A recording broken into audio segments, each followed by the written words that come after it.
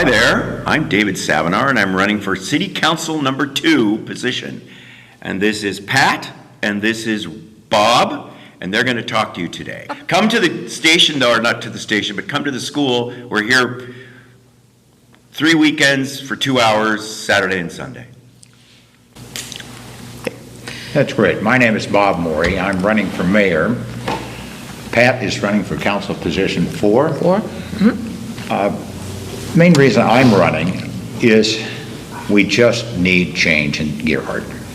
We've had essentially leadership that has been recycled. We have ideas that have been recycled.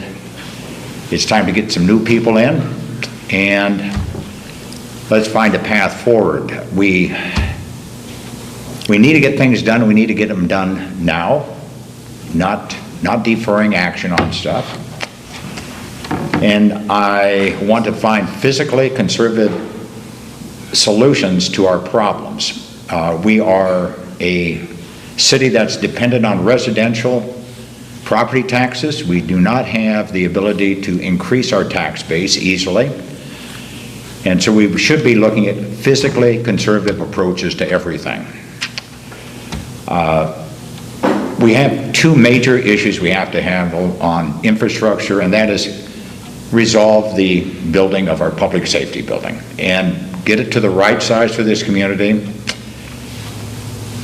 And likewise, we have another very important issue, and that's our water rights. Without understanding our water rights, we are not in a position to make any determination on what we're doing on growth. We'd like to maintain a residential flavor for Gearhart, but again, when you're an all-residential city, you just can't grow your revenue source. And it gives us a dilemma that we're going to have to look at for the long-term future of Gearhart. One thing also, I want to get out in the community. It's seeing our people.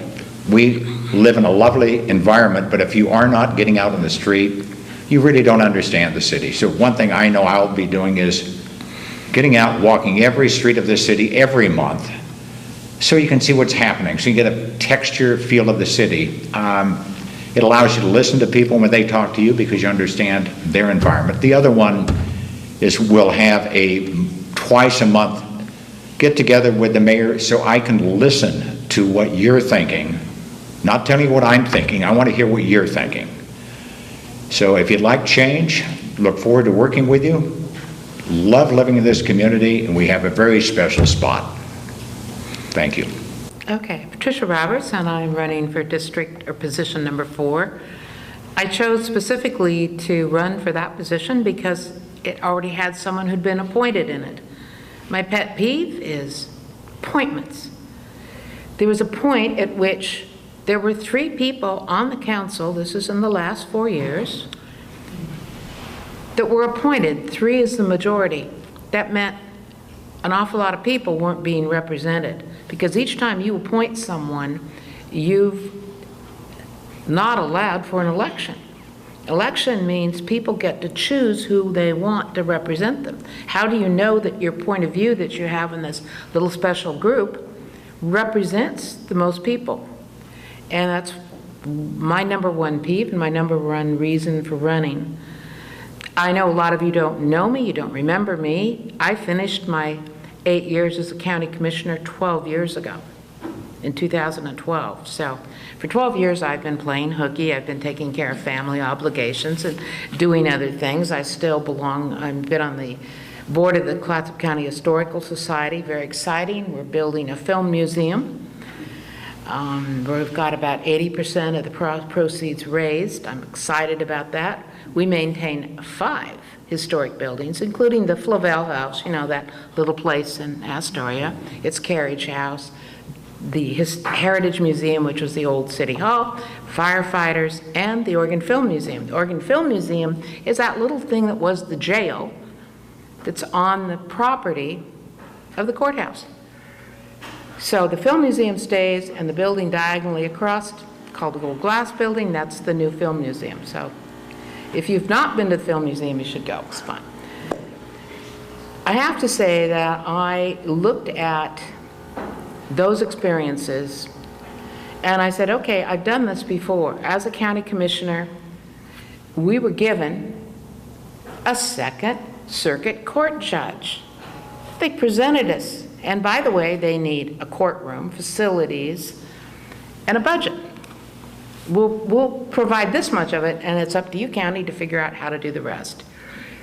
Well, what we did as a board was we involved every department and every person countywide, department by department. They had to show us what they did with their money, what they produced for that money, how their facilities were met, what they needed 5 years and 10 years down the road.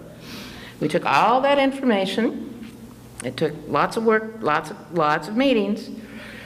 But in the end, we found, oh, look at this. We have Clatsop County state forest income, which is discretionary. Well, if we take that and we start applying it to these things we need, we were able to completely remodel the National Registry courthouse, earthquake the bottom floor, put in a new courtroom that took clues from the original one on the second floor. We did that, then we moved the court down there, then we went upstairs and put the stiffening on the floor on the second floor, and thus didn't interrupt the court schedule.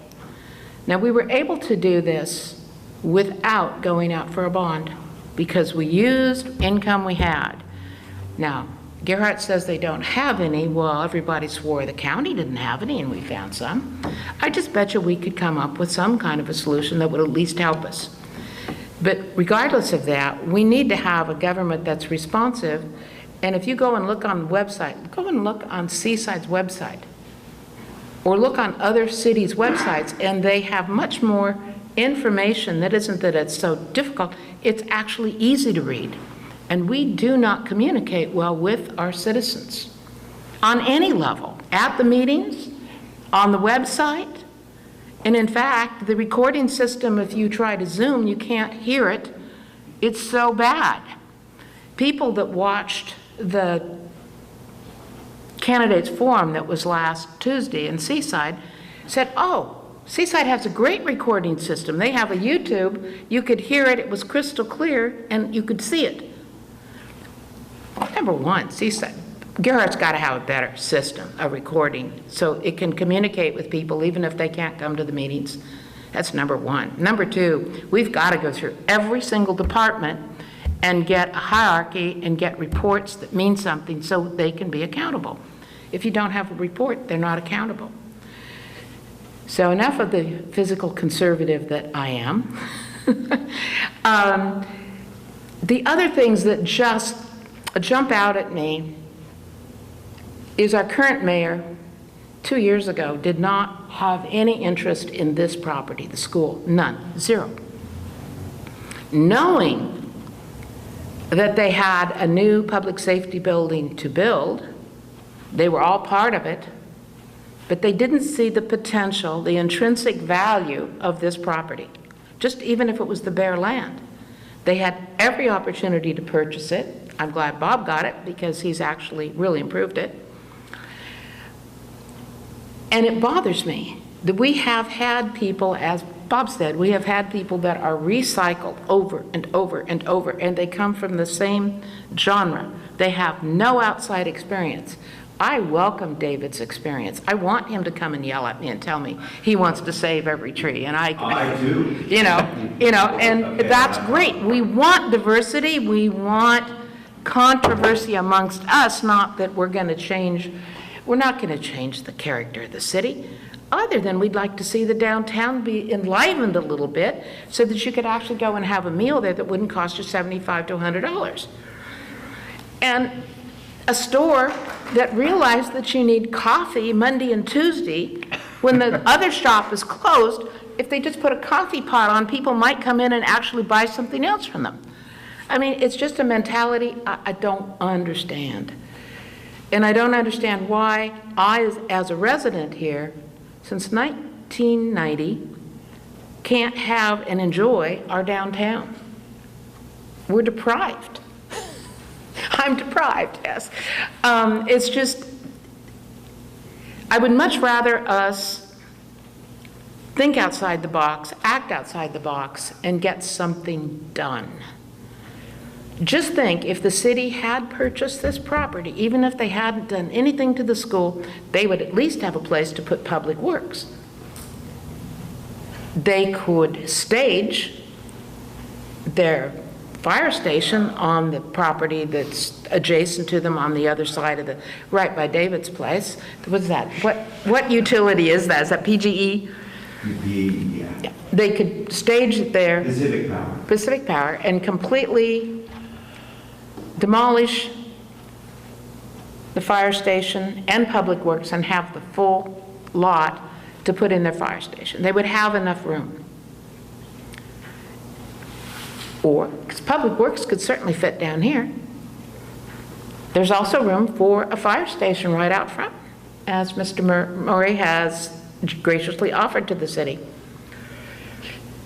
So it's going to be interesting to see what they come up with, what solutions the city comes.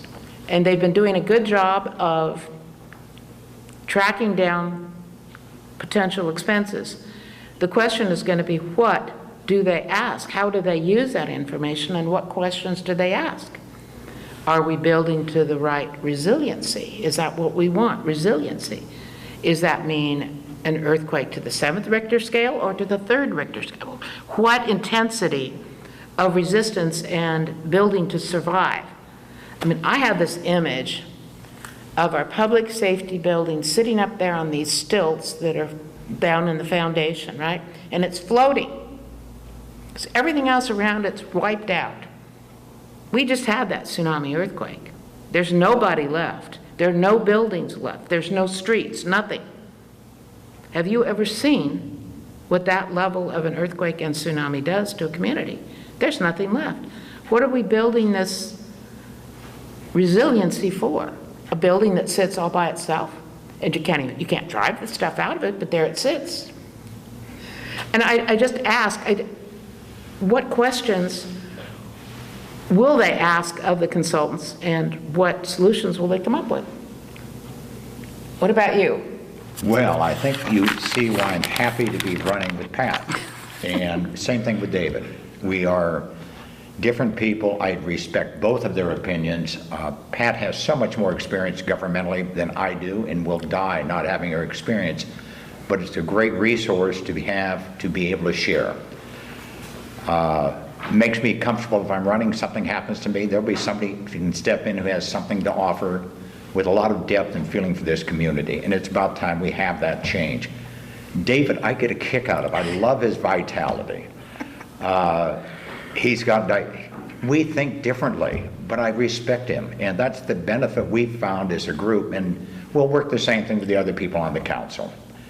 It's listening to the other ones, try to get something that's a positive long-term solution.